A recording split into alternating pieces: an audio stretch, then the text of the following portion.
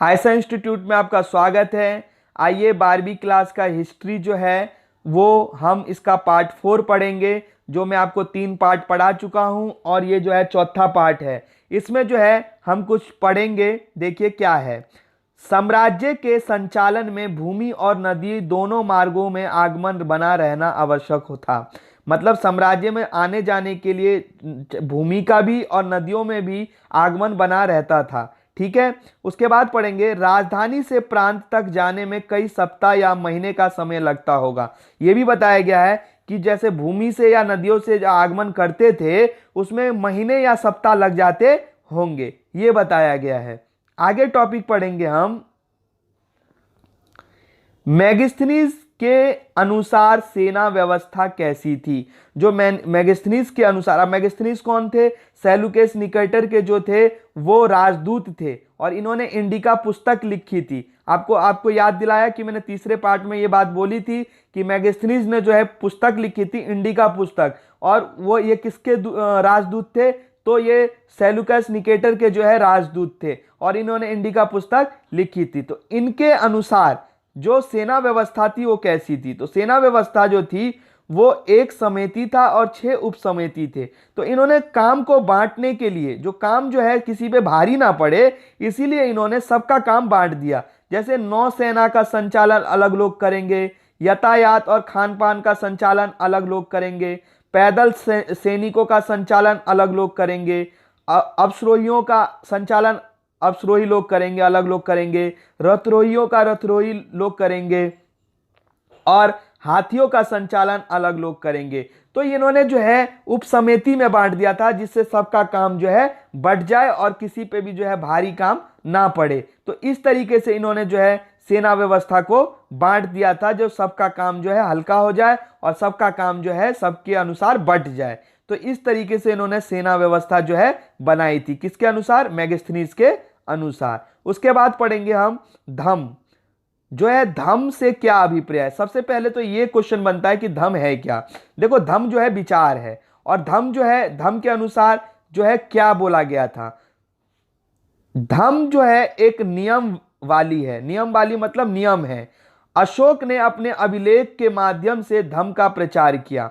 मतलब अपने अभिलेख मतलब उन्होंने जो लिखा उसके माध्यम से जो है अपने विचारों का जो है, धम्म मतलब विचार, उन्होंने अपने नियम का जो है प्रचार किया। वो नियम कौन से थे? तो बड़ों का प्रति आदर, सन्यासी और ब्राह्मणों के प्रति आदर, मतलब बड़ों का आदर करना है, सन्यासी लोग जो होते हैं या ब्राह्मण जो होते हैं उनका आदर करना है, सेवकों और दासों के साथ उदार व्यवहार करना है। उदार मतलब स्वतंत्र व्यवहार करना है, अच्छा व्यवहार करना है, दूसरे के धर्मों और परंपरा का आदर करना है। मतलब अपने ही धर्म का नहीं बल्कि दूसरे के धर्म का भी जो है क्या करना है? आदर और अच्छाई करना है। ऐसा जो है अशोक ने अपने धम्म के अनुसार जो है लोगों तक ये बात पहुंचाई। तो आई होप बच्चों आपको धीरे धीरे सारी चीज समझ में आ रही होगी, क्योंकि मैं बहुत अच्छे से जो है इस वीडियो को कंप्लीट करने चाहता हूं। तो आप लोगों को समझ में भी आए और जो है मेरा जो है मनोबल बढ़ता रहे। तो आगे हम पढ़ते हैं टॉपिक। जो इस टॉपिक का नाम है अशोक ने धम्म के प्रचार के लिए क्या किया।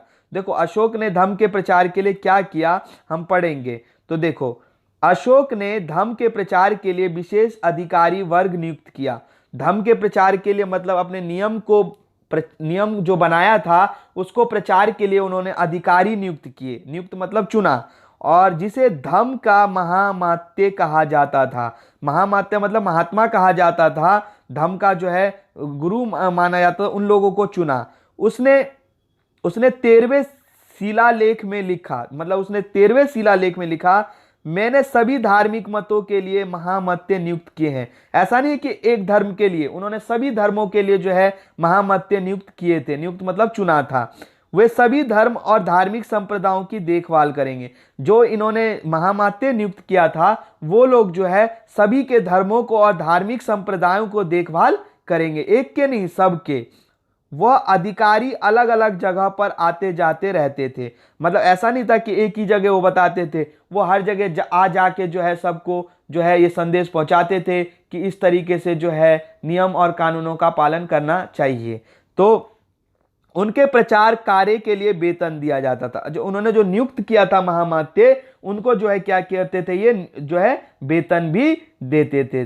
तो ये था इनका, अशोक ने जो धम्म के प्रचार के लिए जो ये चीज किया, जिससे जो है लोगों को जो है ये अच्छा भी लगे, और मतलब जो पहुंचा रहे थे उनको भी कुछ फायदा हो जाए। तो ये था आपका जो है पार्ट 4 जो मैंने आपको समझाया, और आपको जो है ये समझ में भी आएगा, क्योंकि जो है इसमें बहुत मेहनत लगी है, और मैंने जो है बहुत मेहनत से ये वीडियो बनाई है। तो आज मेरे को लगता है कि आप तक जो है ये संदेश बहुत अच्छे से पहुंचेगा। धन्यवाद। वीडियो को ज़्यादा से ज़्यादा शेयर करिए, सब्सक्राइब करिए, जिससे मैं जो है ऐसे ही नोट्स लाता रहूं, और हो सकता है कि मैं पोल साइंस के भी इस तरीके से ही नोट्स बना के आप लोगों तक पहुंचा सकूं। धन्यवाद।